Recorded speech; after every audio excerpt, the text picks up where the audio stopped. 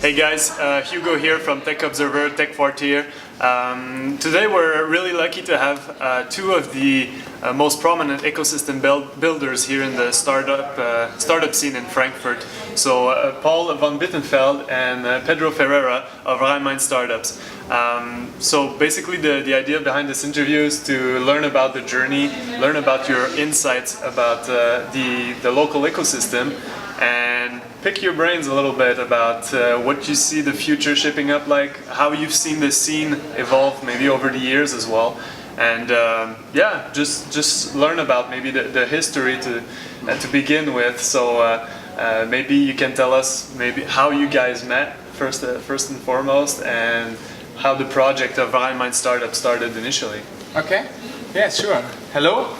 So actually I'm an IT entrepreneur from Wiesbaden, and we were in the process of starting a new company in Wiesbaden and in 2010, and I was a bit sad that I nearly met no other founders in Wiesbaden and the Rhein Main area. Yeah. So I started looking for other people that were somehow starting new companies, building startups. And that was the beginning of my journey, and I decided to start a blog to write about it. And that was the starting point of Rhein Main Startups. When was that? August 2011. Oh wow, okay. So I'm running it for nearly 7 years now. Okay, awesome. Yeah.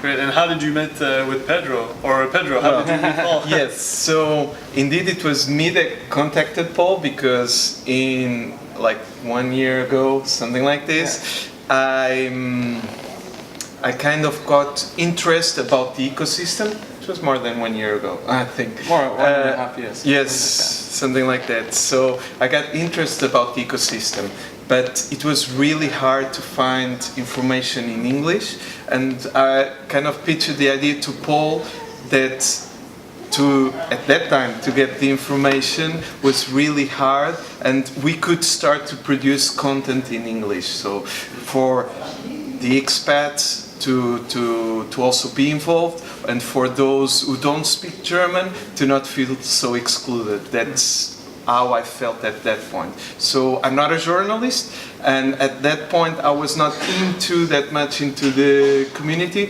but towards the journey it was really nice to start to go to events, to start to meet the founders, and yeah, I think we produced a lot of content in that time being, and it was very nice to see the ecosystem as well growing and getting more international, and as it is part of the master plan to open more towards the international.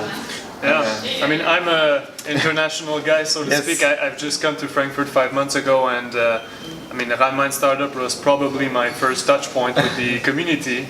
Coming from Montreal startup community now, coming to Frankfurt, it's a different vibe here. It's not the same, I would say, culture in terms of startups. So, but Rhein Main Startup, what started out as a blog, I think is kind of pretty prominent at this stage. It's pretty much a reference. I mean, you have over 6,000 followers on Facebook, and a newsletter, and you know, it's quite rich now in terms of what you can find through your community. Actually, my pain back then was that I didn't find any information about startups in Frankfurt Rhein Main. When I was constantly streaming blogs like Gründerszene or Deutsche Startups, but I didn't see anything there about Frankfurt. So it was actually, I had the same issue that you described. I don't have a language barrier, but anyway, I didn't find any information, so that's why I started. Okay, and so your mandate, what is the mandate? I mean, it's run, I guess, on a volunteer basis. That's important to know that this is really a grassroots community platform. Right. So what's your vision? You know, you mentioned a kind of a toolbox for people looking for resources in the ecosystem. Is there a plan now, like about what you want Rhein Main Startups to become and to? Yeah, I think it's more passion-driven, I would say, because the area here is my home area, and I'm in the valley once a year, and I see the spirit there, and actually I just wanted to have this kind of spirit in my home area. I don't want to leave the place where I live and where I like to live just to have this kind of spirit. So that's my main passion actually, and I want to support people that have the same passion. Right? Yes. I kind of want to get into right away what makes this region unique, what makes the startup ecosystem different here in Frankfurt. That's something that we talk a lot about, you know, like we can skip the, you know, it's not Berlin, you know, there's maybe less funding, the founders are more experienced, they have more industry experience, and the ratio of founders is actually quite low compared to other ecosystems. So do you think Frankfurt is an up-and-coming startup ecosystem? Like, what's your real take on the potential that it has to reach, you know, like the master plan envisions, like 1,000 startups by 2022? Do you feel that this is a realistic objective? Do you feel Frankfurt has what it takes to reach that level?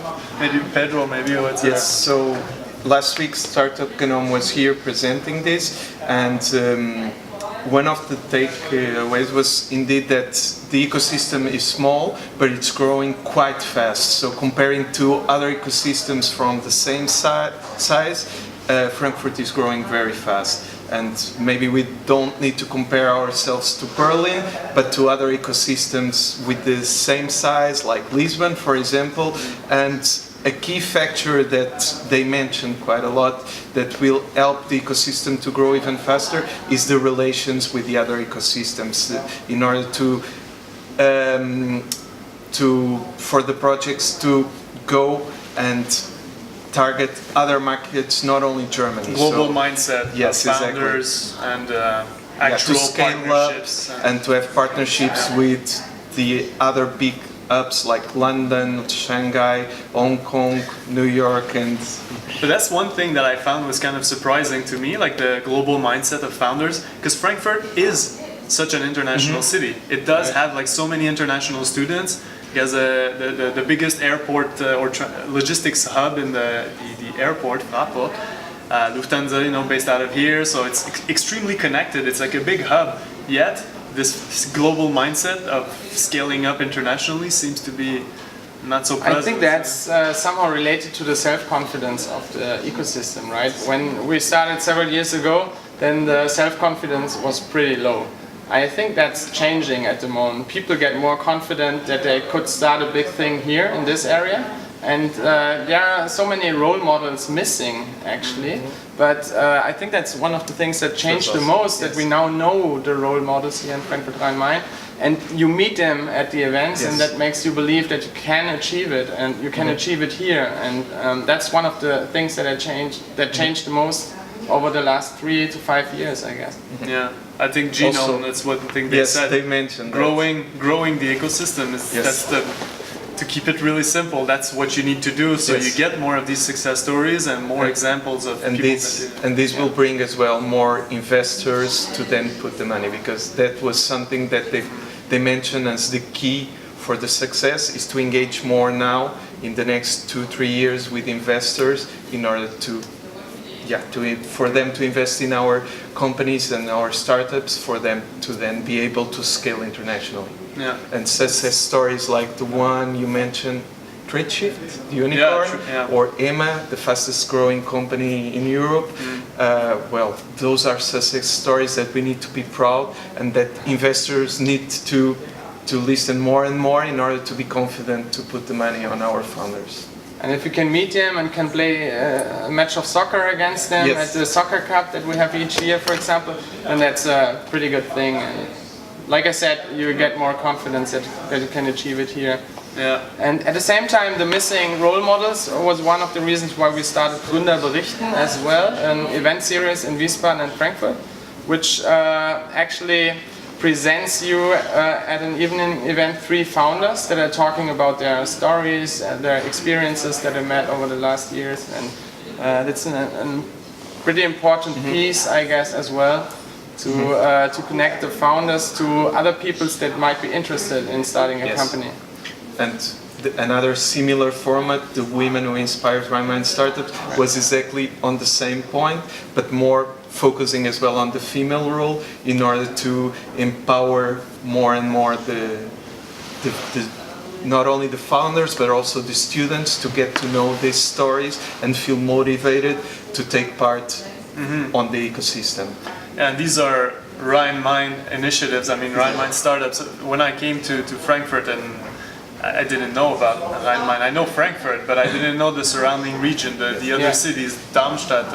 I didn't know about. So, what's your view on that? Like, how do you feel the region can maybe move to get together, you know, in terms, or does it need to, you know, like, is there a healthy competition with Frankfurt? Is there, on the opposite, on the other hand, initiatives that want to connect these hubs? And what's your view on the regional dynamic? So Wiesbaden, where I come from, is a smaller city with maybe 280,000 inhabitants. So it's a smaller city, and it needs to connect to the area, right? And the whole Rhein Main area has more than 5 million people, and you can drive through the whole area within 1 hour by car, right? So it's pretty close to each other. So Wiesbaden to Frankfurt, for example, is just 30 minutes. So it's pretty close, and that makes it easy actually to go to events in Frankfurt, in Mainz, or in Darmstadt, because it only takes you a 45-minute drive. And that's one of the main reasons why I think that we all need to think of Rhein Main instead of Frankfurt itself. But Frankfurt is the biggest city in the area, and it's the most prominent, and for sure it makes sense in the international communication to focus a bit on Frankfurt. And that's why Frankfurt Rhein Main is a word combination that we try to push as well, in order to make that better known even globally, that it's really a whole area that is behind Frankfurt. And each of those cities in the area has its own specializations. Like Darmstadt is pretty strong with the technical university, and Mainz is a media city. There's das zweite deutsche Fernsehen, so a large TV station in Germany, and so each of the cities has some other specialties, and that makes it even richer. But it is a challenge also. It's a challenge as because well, like you look at Munich, it's quite a centralized city. Berlin, it's one city, yet it is quite vast. So I think Frankfurt is much smaller geographically, but that makes it, like you said, harder for ecosystem builders, because I attend meetings in Frankfurt, in Mainz, for example, and then you have like 2 different states there, right? So there's a state border between it, and that produces some kind of redundancy, but at the same time, I think it's a strength that we need to use for the whole area. In terms of like the past 5 years, I mean, these are light years in startup years. Like 5 years, it's a lot of time. Do you feel like Frankfurt is moving at an interesting pace? Do you feel the momentum is there? Do you feel like stakeholders are rallying around this idea of encouraging entrepreneurship, of leveraging the schools and the local assets to kind of create this ecosystem? Are you seeing this momentum, or what's the curve like? So over the past 5 years. Would you like to start? Or, Well, you've been here the how long, past Pedro? 5 years, I've been in Frankfurt for the past 7 years. Okay. I feel like I remember living on the other side of the street, and TechQuartier was not here, for example. So I've seen TechQuartier growing. I've seen as well other spaces growing, like when we work open, or when Cowork and Play, where I work now, opening. So, and if you look at the articles that we have been writing, so a lot of co-working spaces are about to open, or to have more floors. We have more companies coming, and more event formats being launched, like Frankfurt Startup Safari. So it was the first edition last year. This year is going to happen again. I think if we look at the number of startups, it has been increasing. The number of space have been increasing. The number of initiatives have been increasing. So all the signs are very good for the ecosystem. And It's hard to tell from me since I got here 4 months ago. I'm Yes. like, seems pretty dynamic to me, Yeah. but then maybe it's Yeah. like a recent Yeah. hockey Yes. stick growth. I think we're in a pretty interesting phase of the hockey stick. So we are running the Startup Digest as well for Frankfurt Rhein Main, and you see it there. So we have so many events each week. I think that we can nearly compare it to Hamburg or Berlin in terms of the number of events right now. And that was absolutely not the case when I remember that like 4 or 5 years ago. Yeah. So there you really needed to watch out and look out for events happening. And nowadays it's rather the way that we cannot keep up with the pace. Right? Yes, and when we are trying to convince someone to join our events, now some months ago no one was like, everyone was free. But now it's really hard because we do an event one day and there is another big event on the same day. So that's something that shows that, yeah, some months ago there were 2 or 3 events per week and now it's 2 or 3 events per day. So that really shows. We just had to laugh because next Monday and next Tuesday each of us is running one event, one in Wiesbaden, one in Frankfurt. So we are producing redundancy as well, but it's you guys somehow are cannibalizing. Yeah. I wanted to touch maybe on the startup genome. So we mentioned it earlier. So I think the report was really interesting in that it wasn't like a marketing brochure. It was really honest about stuff that we're doing well, stuff that needs improvement. And for me, there was 2 things that I kind of noticed on the to be improved side. That was how much the universities are involved in building the ecosystem and what we call broadly as talent. That's the universities here in Frankfurt. We're talking 230,000 students. A lot of those are coming from abroad. So the challenge of getting these people to try to start a company, to join a startup, maybe not full-time, but as a part of an internship, I think that was one of the key challenges. So the role of the universities in the startup ecosystem, and also this diversity, so including more women and including more people from abroad in the startup scene. So I wonder if you can touch on that. Maybe you can talk about the Pedro, you're involved in the diversity aspect a lot. So what can you say to these points, these challenges? Okay, so for example, for this format, Women We Inspire Rhein Main Startups, we will have an event now with partnership with Unibatter, for example. So there is a commitment from Unibatter and from the university indirectly to help on this topic. And I also think if you look at, you just mentioned the students, all the different universities have started to have more and more formats to connect them with the startups. I remember Frankfurt School, for example, developed the Startup Night, so they already did 2, and EPS as well, they have the EPS Entrepreneurship, if I'm right. I don't know how many editions they did, but it's once a year. But yes, and I think it's for the 10th time now. Okay. So it's an but you older see, one. yeah, that one is older. Frankfurt School they started to do as well, and I'm pretty sure that universities are getting more and more into this topic. For example, we organized as well this talent night some months ago, and there were 200 students joining, and I noticed that they were quite interested and curious about meeting the startups. So we managed to connect them with one of the top 10 in Frankfurt, and we noticed that they were really eager to know more and to get connected, and some of them really joined in the startups. So there is something that is called Hochschulnetz Frankfurt Rhein Main, which is an initiative by 17 universities that are touching startup topics, startup related topics, and we were able to publish their information on rheinmainstartups.com.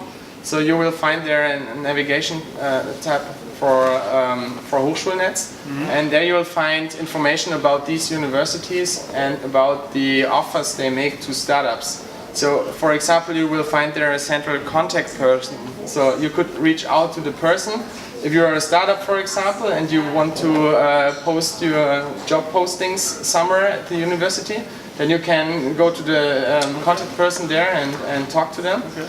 And these people are actually waiting for startups to talk to them. So I get a feeling there's a lot of this. We're waiting for universities to send us interns or talent. And right. Or and universities actually, are waiting for startups.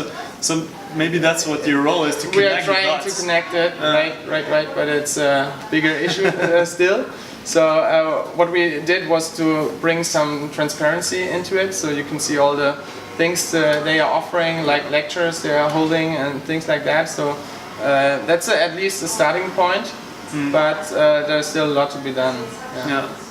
No, I feel I've seen this so many opportunities of just bridging some small gaps, but that does a big difference in connecting the dots. I mean, me and Pedro are not native Germans. We don't necessarily speak the language so well yet, but we are, you know, actively involved. So that's what I love, that the ecosystem is relatively small, but it's easy to meet people. People are super approachable. You see the same faces at events, and there's a place for people to get involved in the ecosystem. So I think that's interesting in terms of call to action. You know, people that want to come to TechQuartier or to go work and play, and the doors are open. It's quite easy for people to get involved. So yeah.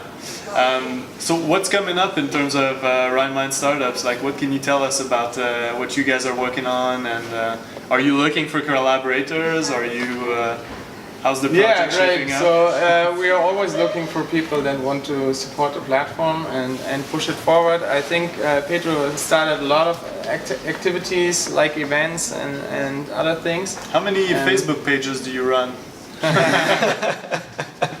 I've seen sometimes some clicks that come oddly close to one another. Some likes. Yeah, Pedro is probably. It's funny because in Montreal that there's these guys that you know they are omnipresent. They're like God. You know, they are at every startup event. You feel, how is this guy? How can he manage a family and so be at every event? And these connectors, these ecosystem connectors, there's always, it's funny the parallels I can see with Montreal, but I think that's good for the ecosystem. You need these kind of connectors that are pushing things forward. And the other thing that we need to continue is just doing the things we are doing and keeping up with the pace, actually, because like we said, the amount of things that we could talk about, it just tripled over the last year. And we need to keep up with the pace. It's just really impressive. Like the things that are flooding into our inbox compared to what it was several years ago is just really you're impressive. at the center of it. You have a great vantage point. You can see all of these. You're the go-to resources. So definitely. I think it's looking up. Pedro, maybe you can tell us. There is a specific project that I was not thinking about, that it was this startup guide Frankfurt Rhein Main that we are now kicking off in order to produce a book which kind of sums up the ecosystem, and we are starting it right now, the process, and hopefully by the end of the year we will launch the book, and Rhein Main Startups is one of the community partners. So that's one of the projects that we can announce already, but there are a lot of ideas. I think, like you mentioned, September, it seems like 3 months away now, but I think once it comes and the accelerator programs are starting to open application and the university the semester will kick off, I think it'll be another hockey stick, perhaps the next level. So I guess I can speak to anyone who wants to get involved in the startup ecosystem, who wants to answer Paul's emails or help him at least, continue building Rhein Main Startups. Just it's a living touch, project. Right? It is ever evolving.